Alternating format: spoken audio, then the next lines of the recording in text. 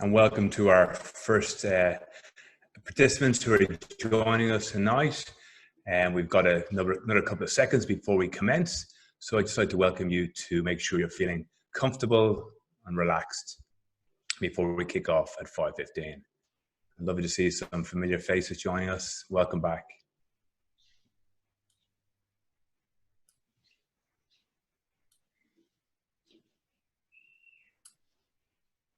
So maybe if you're sitting, make sure you feel settled and comfortable into your chair.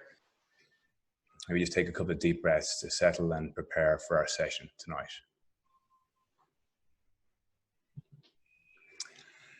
So it's 5:15. Let's commence, and welcome to the Cred.15 at 5:15. For those of you joining us for the first time, welcome. For those of you joining us who have been previously with us, welcome back. My name is Ronan MacDonald. I have the pleasure of being your co-host tonight, and I'm joined by Kendra Strudwick, who I will introduce in a moment. So Cred.15 is a space where we invite you to slow down your brain for 15 minutes twice a day. It's a space where we hope is a positive space for you. It's a space where we hope we can encourage you to keep physically active each day, and a space where you can feel connected. Some of you are joining us at the end of your day, so maybe this is a period of reflection. And some of you are joining us at the start of your day, so maybe it's a time for focus and intention. Welcome to you all. So before I hand over to Kendra, just a little bit of housekeeping.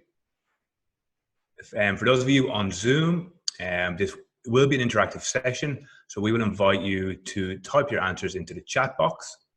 For those of you joining us on Facebook Live, we will invite you just to maybe reflect on some of the questions, or if you have some paper, maybe note them down.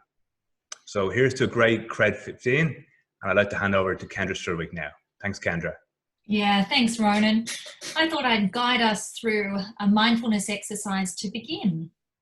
So I invite you folks to take a deep breath.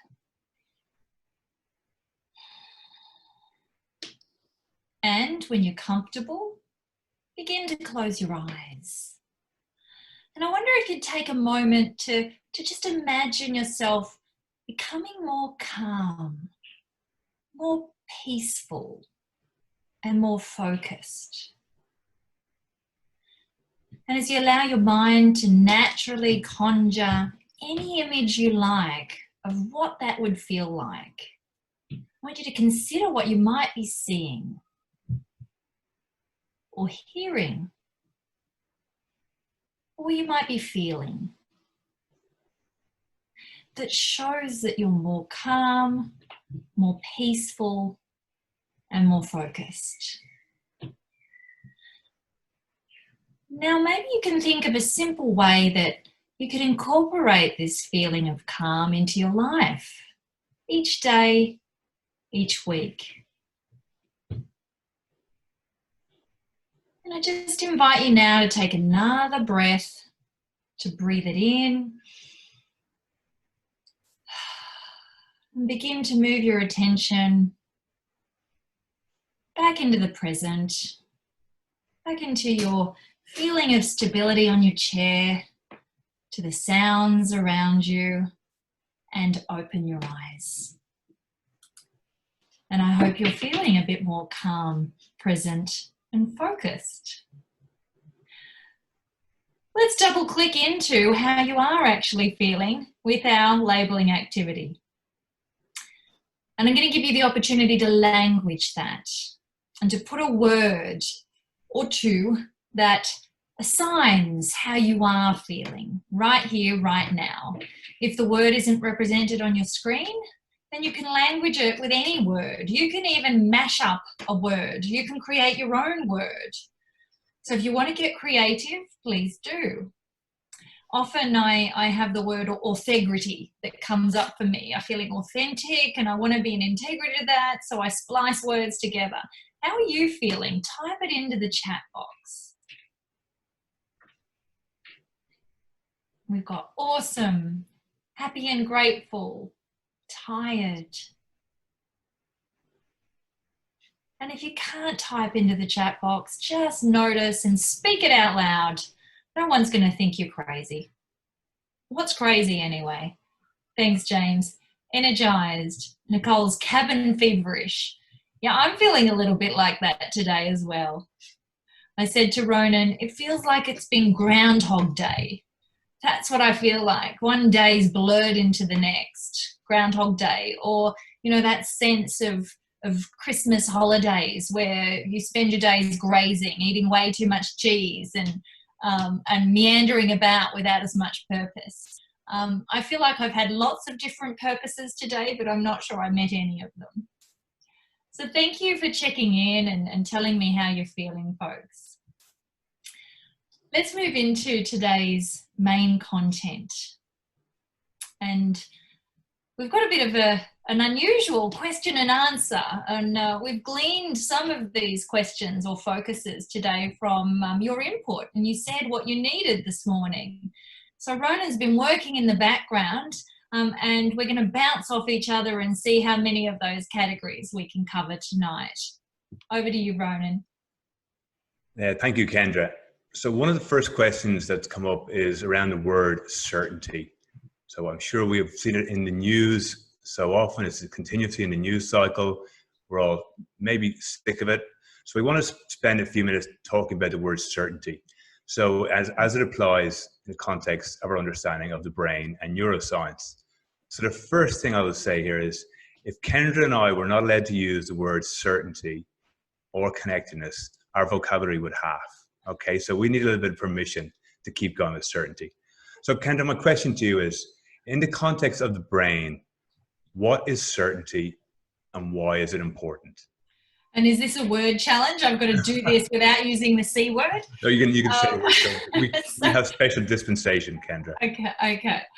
Well, I'm up to the challenge anyway.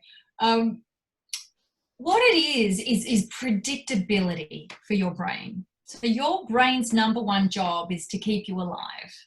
And it does so by maintaining homeostasis. It likes to maintain the status quo.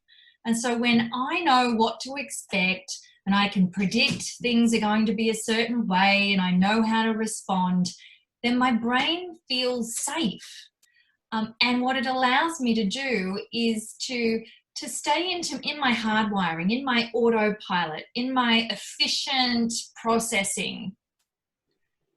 If, however, there's something that I need to pay attention to because I'm not expecting it or I've never been in this position before, then it draws so many more resources and I have to operate from conscious processing, which is very effortful and metabolically expensive. So for your brain, if it can predict what's going to happen next, it sends the message of, it's all good, Kendra, it's safe, keep going. But if it can't predict, it sends the message of, threat, pay attention to this. And what's happening for all of us at the moment is acute levels of threat and overwhelm from our brains, because it's not just potentially physical, life-threatening threats, it's threats in other domains. And it's also a position that we've never been in before, many of us, so we don't have a point of reference to refer back on it and go, oh, well, I'll just do what I did before, because we've not been here before. So each day is new challenges, which is effortful for your brain. So make sure you're giving yourselves a little bit of respite and giving your brains a rest from that perspective. Does that answer your question, Ronan? It does. And I think what some of the conversations I've been having with people today around that, that lack of control and lack of certainty, and I think it calls for a bit of self-compassion for each of us. I think we're very hard on ourselves, and I think people are judging themselves and are saying, I should be able to do this. I'm struggling to cope, and my days are, even though there's Groundhog Day, they're individually challenging. So I would suggest, I think we all just need to be a bit kinder to ourselves. Yeah, I think that's great advice. The other thing about certainty is we can over-cater for it. So too much certainty and predictability, and then we get a bit bored in Groundhog Day because there's no novelty. And we like a little bit of change. We don't like a lot of change. It's that sweet spot of just right. And that varies from person to person. So for someone like me that's always on a plane and never know where I'm going to be from one week to the next, I actually thrive on a bit of novelty and newness. And now that every day is the same for me, I'm thinking, how do I operate in that? How do I motivate myself in that? So we all have different thresholds of our sweet spot around certainty. And that's different depending on the experiences that you have. One person's idea of hell would be a surprise party. Don't ever do that to me because I will never forgive you. Where another person would love that. Oh, yes, please. I'd love that surprise. So we're all different when it comes to this. So Kendra, maybe we'll invite people to take a moment and reflect and say, how could everybody be a bit kinder to themselves today and tomorrow? So maybe take a moment, we'll give you 30 seconds of reflection. And then if it suits, we'll invite you to share in the chat box. And you could also share what your threshold around certainty is.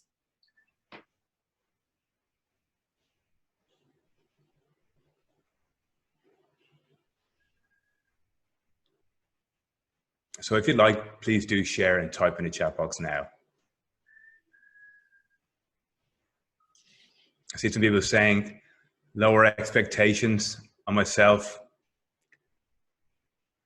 It's okay not to get through my to-do lists. Absolutely. Yeah, routines to give my brain some certainty. Absolutely. Thrive on routine. I need a new routine. And if routine makes your heart sink, think about it as rituals. Like we actually like to look forward to certain key rituals. Routine does give you a bit of discipline, help you be more targeted. I started having naps these days. That's awesome. Thank you, James. Have a plan. Yes, Nadia. Buy myself flowers. Give myself a hug. Love it. Thank you, Katie. And today, for self-kindness, I'm going to have a dip in the ocean. Very nice, James. It's going to be a bit colder, the part of the world you're going to have a dip in the ocean. So I'll be thinking about you when you have that dip. Not thinking too much about things. Yes, Catherine, I think that's a huge thing. We can all overthink things. Can control what's happening outside. Yes, and we did talk about the elements of control. Guys, there's a lot more we could talk about. We did have some more questions, but I think we'll hold them over. So thank you very much for sharing. And in the remaining time, we're just going to do our scan, okay? So these are our 3 focus areas that we look at and we work through every day. The area of connect, direct, should I say? Where are we directing and focusing our attention? Move and connect. So in the area of direct this evening, I'd like to invite you to think about the word gratitude. So for some people can find this a bit confronting. So maybe if you don't like the word gratitude, think of it as thankful. So my invite to you is to think about, what are you grateful for? And this is a really powerful way of reframing a situation. And I'm going to ask you, as Kendra says, double click into this, a specific person or event or an experience. Take about 30 seconds to think about something you are grateful for. And we'd invite you to type in a chat box.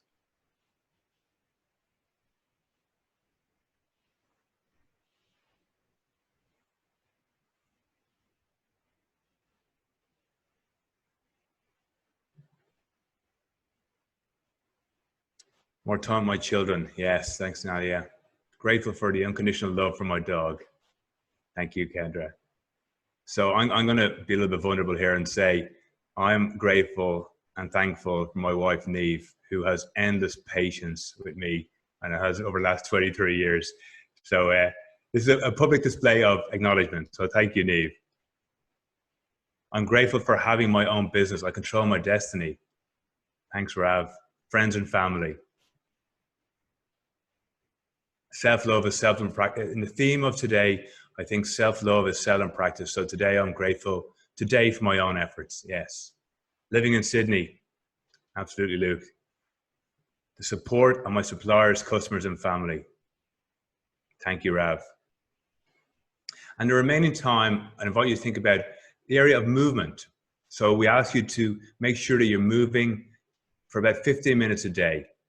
And I just want to do a shout out to Jodie O'Doherty, who posted a video of her kids doing a 3-minute course in the hills of Wellington. So we're going to share that on our Facebook page today.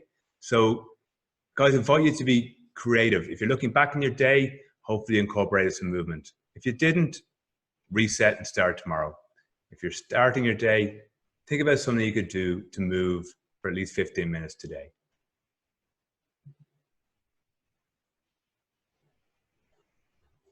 And in the area of connect, we invited you today to reach out to someone whom you maybe hadn't reached out to in a number of months, or maybe you've let something get in the way of your friendship or relationship.